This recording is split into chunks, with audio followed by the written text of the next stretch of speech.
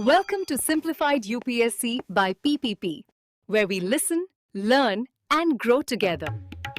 Detailed lecture notes in English and Hindi, plus practice questions for prelims and mains, only on our Telegram channel. Link in description. Like and subscribe for more. नमस्कार। आज हम समय में बहुत पीछे जाने वाले हैं। इतना पीछे कि इतिहास लिखा भी नहीं जाता था। हम बात करेंगे उस दौर की जब इंसान सिर्फ एक शिकारी था, और हम उस सवाल का जवाब ढूंढेंगे जिसने मानव इतिहास को आकार दिया। एक शिकारी इस ग्रह का सबसे प्रभावशाली प्रोड्यूसर कैसे बन गया? ये सफर पत्थरों में छिपा है और आज हम उसी कहानी को डिकोड करेंगे।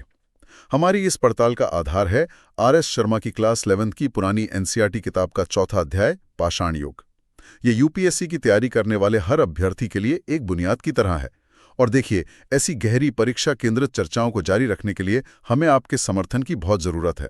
अगर आपको हमारा काम पसंद आता है तो हमारे YouTube channel simplified UPSC by PPP को सब्सक्राइब जरूर करें।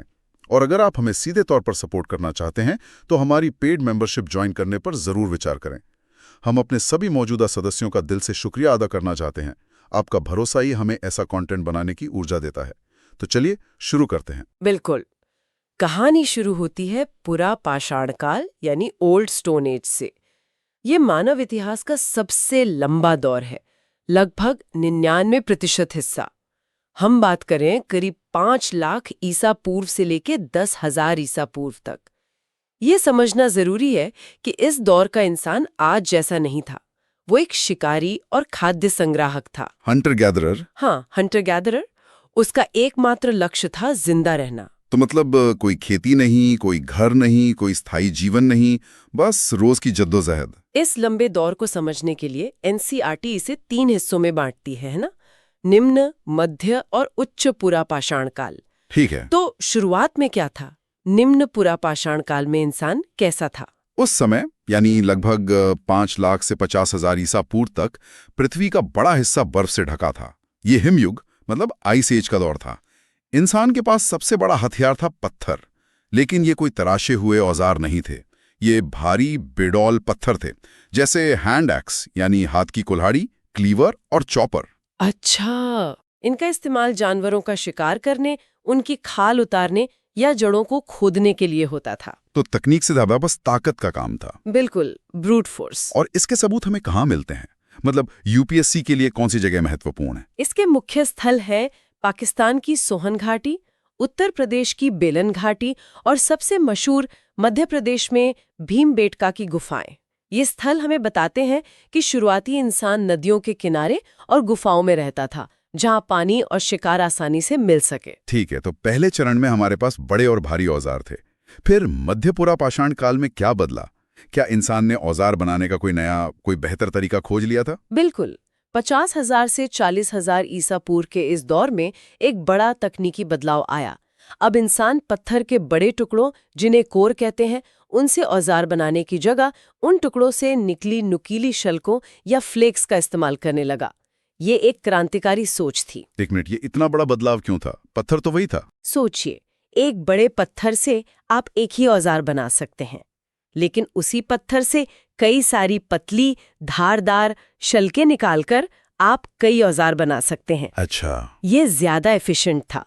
इन शल्कों से स्क्रेपर यानी खुरचनी, बोरर यानी छेदनी जैसे छोटे और ज्यादा असरदार औजार बने।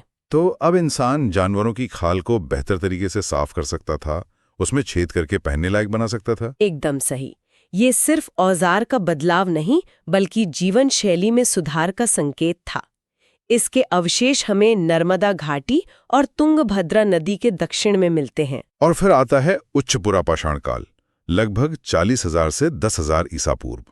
यहीं पर आधुनिक मानव होमोसेपियंस का उदय होता है। यहाँ एक सवाल मेरे मन में आता है, क्या हमारे दिमागी विकास ने बेहतर औजारों को जन्म दिया या बेहतर औजारों ने हमारे दिमाग के विकास में मदद की? ये एक शानदार सवाल है और विशेषज्ञ इस पर आज भी बहस करते हैं। ये एक तरह से मुर्गी पहले या अंडा जैसा सवाल है, लेकिन हम ये जरूर देखते हैं कि इस दौर में औजार बहुत ज्यादा विकसित हो गए हैं। अब ब्लेड और ब्यूरिन मतलब तक्षिणी जैसे पतले और पैने औजार बनने लगे, जिनसे बहुत बारीक काम किया जा सकता था। लेकिन इस काल की सबसे असाधारण खोज पत्थर से नहीं बल्कि हड्डी से जुड़ी है। हड्डी के औजार? ये तो बिल्कुल नया है। हाँ, पहली बार हमें हड्डी से बनी सुइयां, हारपून, जो मछली पकड़ने का भाला होता है, वैसे औजार मिलते हैं। और सबसे दिलचस्प बात यह है कि भारत में ये सिर्फ एक ही जगह पाए गए हैं, आंध्र प्रदेश के कुर्नूल जिले की गुफाओं में। अरे वाह, ये तो बहुत स्पेसिफिक फैक्ट है। जी, और यही वो पॉइंट है जिसे प्रीलिम्स में सीधा सीधा उठाया जा सकता है। ये दिखाता है कि उस दौर में भी क्षेत्रीय स्तर पर इनोवेशन हो रहा था। और भीमबेटका का क्या? मैंने सुना है कि वहां की चित्रकारी भी इसी दौर की है। मैं कुछ साल पहले भीमबेटका गया था और उन चट्टानों को देखकर सच में ऐसा लगता है जैसे आप हजारों साल पीछे चले गए हों। वो लाल और सफेद रंग आज भी इतने साफ दिखते हैं। पर क्या वे सिर्फ मनोरंजन के लिए चित्र बना रहे थे या इसका कोई गहरा मतलब था? ये बहुत महत्वपूर्ण सवाल है। ज्यादातर इतिहासकारों का मानना है कि ये सिर्फ आर्ट फॉर आर्ट सेक नहीं था। ये उनके विकसित होते दिमाग, उनकी अमूर्त सोच, एब्स्ट्रैक्ट थॉट का पहला प्रमाण है। कई मानते हैं कि ये एक तरह का सिंपैथेटिक मैजिक था। सिंपैथेटिक मैजिक मतलब? यानी जानवर को दीवार पर चित्रित करके वे शायद असल शिकार पर अपनी पकड़ मजबूत करना चाहते थे, एक तरह की रस्म। इन चित्रों में शिकार की योजना, समूह में काम करना और उत्सव मनाना दिखता है। ये उनकी सामाजिक जिंदगी की पहली झलक है। ये तो यूपीएससी मेंस में जीएस पेपर 1 के लिए एक बेहतरीन पॉइंट है। तो पूरा पाषाण काल का अंत एक बड़े क्लाइमेट चेंज के साथ हुआ। हिमयुग खत्म हो रहा था, दुनिया गर्म हो रही थी। इसका असर सिर्फ इंसानों पर ही नहीं बल्कि जानवरों और पेड़ पौधों पर भी पड़ा होगा।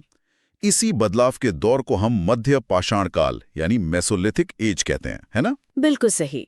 ये दौर लगभग 9000 ईसा पूर्व से शुरू हुआ और ये एक महान बदलाव का दौर था। जैसे ही बर्फ पिघली और मौसम गर्म हुआ, बड़े बड़े जानवर जैसे मैमथ खत्म होने लगे। उनकी जगह छोटे और तेज दौड़ने वाले जानवर जैसे हिरण, खरगोश और पक्षियों ने ले ली। अब पुराने भारी औजारों से इनका शिकार करना मुश्किल था। तो इंसान को फिर से अपनी तकनीक बदलनी पड़ी और यहीं पर माइक्रोलिथ आते हैं ना, छोटे छोटे पत्थर के औजार। पहली बार सुनने में लगता है कि बड़े औजारों से छोटे औजारों पर आना तो एक डाउनग्रेड जैसा है। ये इतना बड़ा आविष्कार क्यों माना जाता है? क्योंकि ये एक गेम चेंजर था। ये माइक्रोलिथ, जो मुश्किल से 1-2 इंच के होते थे, अपने आप में हथियार नहीं थे।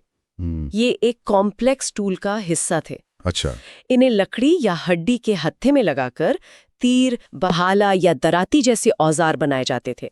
अब सोचिए, पहले आपको जानवर के बहुत करीब जाकर एक भारी पत्थर से हमला करना पड़ता था, जो बहुत खतरनाक था। अब आपके पास एक हल्का भाला या तीर है जिसे आप दूर से फेंक सकते हैं। इससे तो शिकार ज्यादा सुरक्षित और ज्यादा असरदार हो गया होगा। बिल्कुल। अब इंसान छोटे, तेज दौड़ने वाले जानवरों और पक्षियों का भी शिकार कर सकता था। यानी उनके खाने के विकल्प, जिसे हम फूड बास्केट कहते हैं, एकदम से बढ़ गए।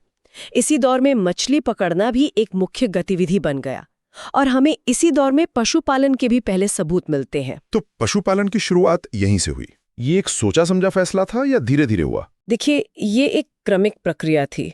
शायद इंसानों ने पहले कुछ जानवरों के बच्चों को पकड़ लिया हो या जंगली भेड़ बकरियों के झुंड को अपने साथ रखना शुरू कर दिया हो। इसके सबसे पुराने साक्ष्य हमें 2 जगहों से मिलते हैं जो परीक्षा के लिए बहुत महत्वपूर्ण है। मध्य प्रदेश में आदमगढ़ और राजस्थान में बागोर। बागोर राजस्थान। जी, बागोर तो भारत का सबसे बड़ा मध्य पाषाण स्थल है जहां माइक्रोलिथ बनाने की पूरी इंडस्ट्री के सबूत मिले हैं। तो पुरा पाषाण के शिकारी से हम मध्य पाषाण के शिकारी और शुरुआती पशुपालक तक आ गए। लेकिन असली क्रांति तो तब हुई जब इंसान ने खाना उगाना शुरू किया, नव पाषाण क्रांति। पर यह बदलाव क्यों हुआ? हजारों सालों से शिकार करके जीवन चल ही रहा था, फिर अचानक खेती करने की जरूरत क्यों पड़ी? ये एक बहुत ही जरूरी सवाल है। देखिए, शिकार और संग्रहण पर आधारित जीवन अनिश्चित होता है। कभी शिकार मिलता है, कभी नहीं। जब आबादी बढ़ने लगी तो सिर्फ शिकार से सबका पेट भरना मुश्किल हो गया। साथ ही गर्म मौसम ने गेहूं और जौ जैसी जंगली घासों के उगने के लिए अनुकूल माहौल बनाया। तो इंसानों ने उन्हें इकट्ठा करना शुरू किया होगा। हाँ, बिल्कुल। पहले इकट्ठा करना शुरू किया और फिर धीरे धीरे ये समझ लिया कि इनके बीजों को बोकर इन्हें उगाया भी जा सकता है। ये एक जरूरत थी, कोई अचानक लिया गया फैसला नहीं। और इसी के साथ इंसान खाद्य संग्राहक से खाद्य उत्पादक बन गया। ये मानव इतिहास का सबसे बड़ा टर्निंग पॉइंट था।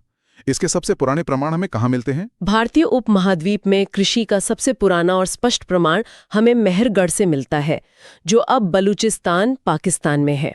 यहाँ लगभग 7000 ईसा पूर्व में गेहूं और जौ की खेती के साथ साथ भेड़ बकरी पालने के भी पक्के सबूत मिले हैं। और चावल के बारे में क्या? इसी तरह उत्तर प्रदेश में कौल्डेहवा और महागढ़ा जैसी जगहों से चावल की खेती के प्राचीनतम साक्ष्य मिलते हैं। और दक्षिण भारत में लोग रागी और कुल्थी जैसी फसलें उगाते थे। और खेती ने इंसान को एक जगह बसने पर मजबूर कर दिया होगा, क्योंकि अपनी फसल की देखभाल तो करनी ही पड़ती है। नहीं। एकदम सही। खेती के साथ ही स्थायी जीवन की शुरुआत हुई।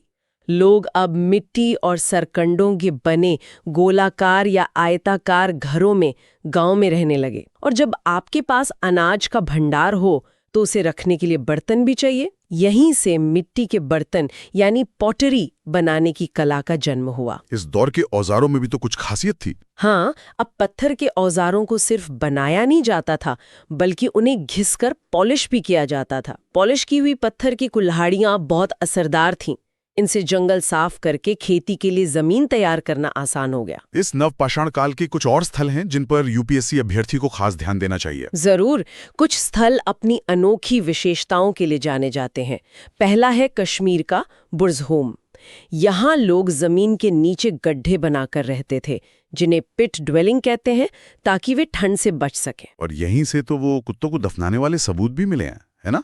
ये वाकई हैरान करने वाली बात है। क्या इसका मतलब ये है कि उस समय के इंसान का कुत्ते के साथ एक भावनात्मक रिश्ता था, या इसका कोई और मतलब था?